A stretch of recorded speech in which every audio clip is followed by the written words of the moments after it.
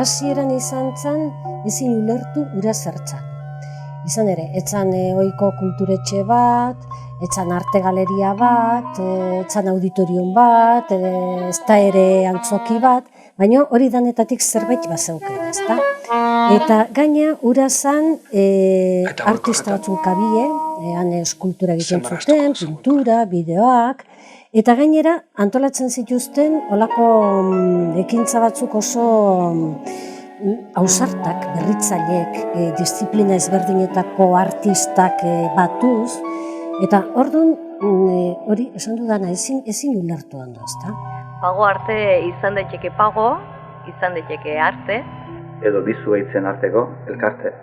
Garai haietan, Imanolek eta Mikelek eta hirurok erabaki genuen industrialde batea etortzea, gure lanbideak aurrera emateko. Esango genuke, gure lanetatik aparte, kanpora begira ekintza batzuk antolatzen ditugula. Hortarako areto bat daukagu, berezia, eta areto hortara ekartzen ditugu euskal kulturarekin eta batik sormenarekin zerikusia duten pertsona edo ekintzak, ez? Eta pensatuko genuen, agian gauza batzuk egitea bazedola giro berezi bat emateko industrialde alde honi. Eta horregatik hasi ginen horrelako gauzakin. Pago arte, izan daiteke aza, edo izan daiteke kalabaza. Baina izan daiteke halaber, gure artisten plaza. Eta gure kultur kezken, arnasa. Alde batetik gure proiektua, Pago Arteren proiektua, gu sortzaileok, gu hiruroke sortu genuen, o pentsatu genuen hori, laboratorio experimental bezala jo genuen, o pentsatu genuen izan zitekeela, eta orduan horrek eman zigun baliabide bat beste askorekin tratatzeko eta askorekin harremanetan sartzeko. Eta iragarki esku programa eta guzti horiek euskara hutsean egiten dira, ez da? Orduan euskararekin oso lotua dago Pago Arteren proiektu hau. Nik uste niretzat oso aberatsa izan dudak, gero gazteekin izan dugun harremana. Gu hiru bakarrikan aurrera emateko ez ginen gai izango, ez bagenuen izan gazte horien laguntza. Pentsatzea, gaur egun agian etzala posible izango horrelako laboratorio bat montatzea. Ez bakarrik agian ez duelako zentzurik, o badun zentzurik, hori ez dakit. Baizik eta traba administratiboak eta diru laguntzen murrizketak gehoz eta gehiagora jundialako, ezta? Eta, orduan etzan posiblea ginen izango gaur egunean Pago Arte bidean jartzea. Hori da, sensazio. Horlako imagina ikusi eta norrez da poztuko, gaur arratxian oiek bile... Oiartzunen, Gipuzkoan, harago egiteko asmoarekin jardun zuen beti Pago Artek. Sorkuntzaren hortzen mugan galtzeko deia egiten zuen, gandu lanbrotxu hartan bilatzen ikasteko.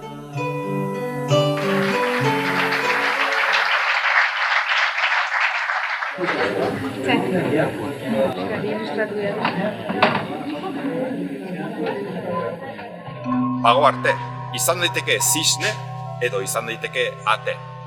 Baina batez ere izango da euskal kulturaren ate. Gatibu batek soilik egin dezakeen eran, amesten dut iragan egunetako bizitzarekin. Txerriki eta urdai azpikoarekin.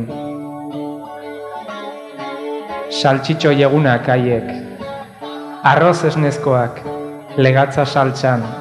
Andre Gaiari teniente batek, horrein beste amodio. Nik ere izanuen, makinat nahi gabe, ez da errez bizitzen, lanik egin gabe. Euskal kulturako izen ezagunen topagune izan zen, eta zorionez lorratza laga zuen horietako askoren artean.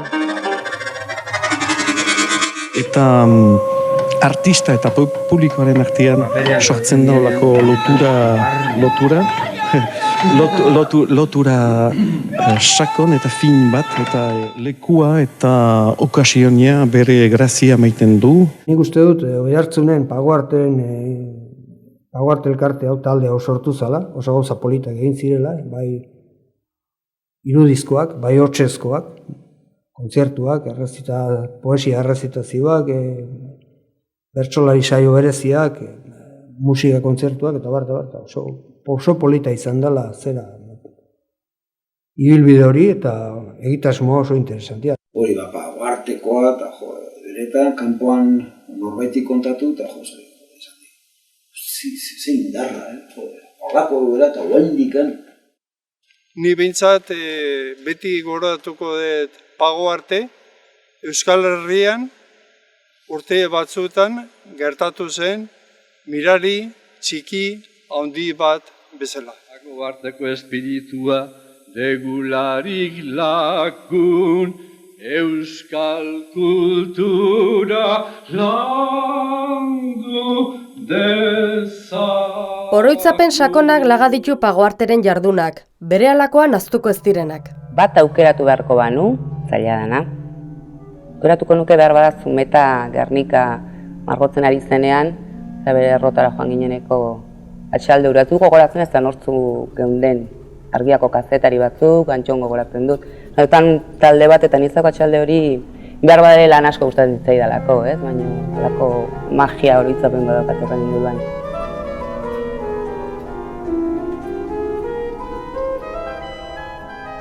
Ikusle bezala ezin ahaztu Letek Rilkeren poemekin egin zuen errezitaldia. Detailak ez ditut gogon, baina nik uste dut Carlos Jimenez ere musikarekin izango zala behar bada. Eta ez dakit, zapatu arratsalde bat, bete-betea. Oraindik uste dut, hori naiz detailak esan dudan ez gogoratu, baina sentipena oraindik geratzen zait. Rilkek Errusiara egindako bi bidaietan izan zuen sorrera. Eta bere buruaren jabe neoiz ez izan. Eta begiak ertsi ezin dituena, jakinik ere agerguneen ugaritasuna handiak bere baitan itxoiten duela gauaren. Badiala ekintza batzuk, benetan guk amesten genuena gauzatu zutenak. Ez dakit, burua datorkit, berso trama, komiki berso trama musikala, eta nun da, hor behintzat, bote pronton, usteet gauzatzen zela laboratorio gisako ekintza, ez da, gehien bat. Beste arte espresio batzukin gatoz gaur. Bertsua, trama bat, historia bat, marrazkia, eta musika. Lau elementu horiek elkarrekin jostia eta uztartzia izango da gaurko helburua. Ai ondo jotzen bazenekizuk, solfeoko 3-4 klasen truk. Ai bala, zu ere ez zaite izan petrala, maixuak esan dit badakidala.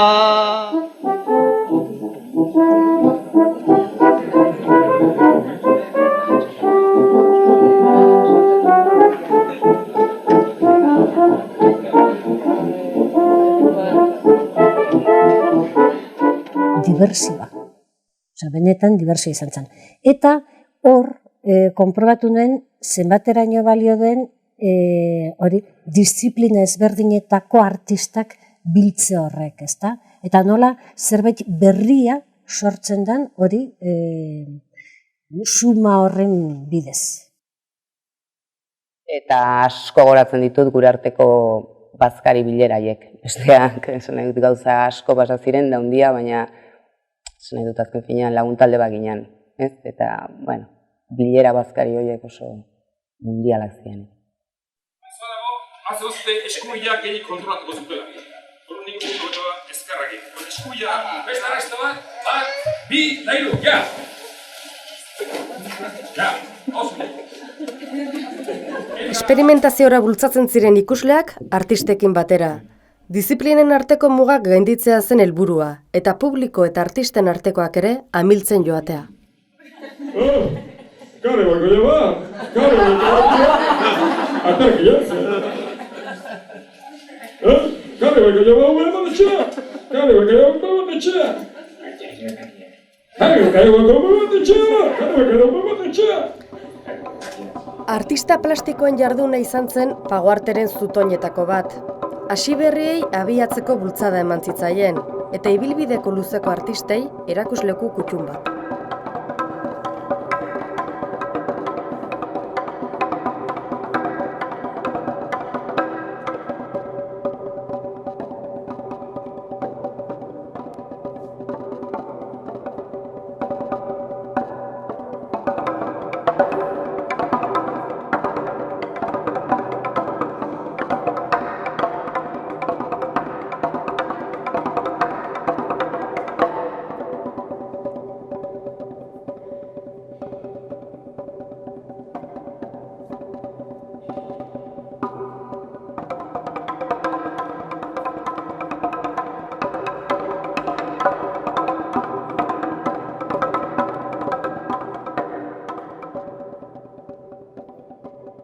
Bernardo Atxaga du gurekin, eta berak poesia egurra eta ezpala izenburupean halako hizketaldi bat edo eskainiko digu. Hitza izan zen Pagoarteren bihotza sarritan, era askotan, hitz errezitatua, hitz antzeztua, hitz kantatua. Gelditu bezala egite ziren lurretik metro batera edo jartze zienean, eta poliki-poliki ezartzen zien gero belarraren gainean. Nire etxiaren babesetik, erorketa eztiari begira jarren nintzen, elurra hotsegin nuen ira. Ni nealdetik bestek ezin dut esan.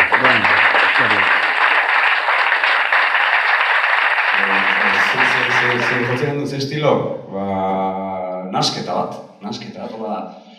guk egiten genduen hartu Pantxo eta Pello, eta Led Zeppelin, eta nasketa bat, bai. Gero Formula Quintaren ikutu batzuk, bai, aurrelariaren movimendutan, eta hola, fusión egiten dut, orto, fusión.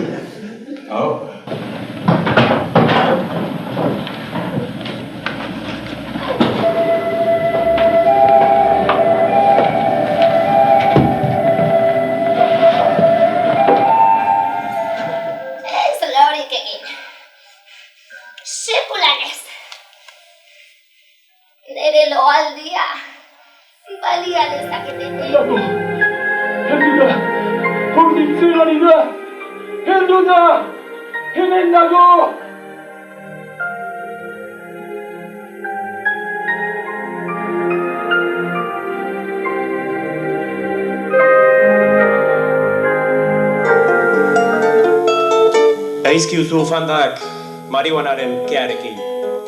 Seritatean nagusitzen denean gure umorea babesteko. Sentitu nahitan horren ordez nekaduraren numela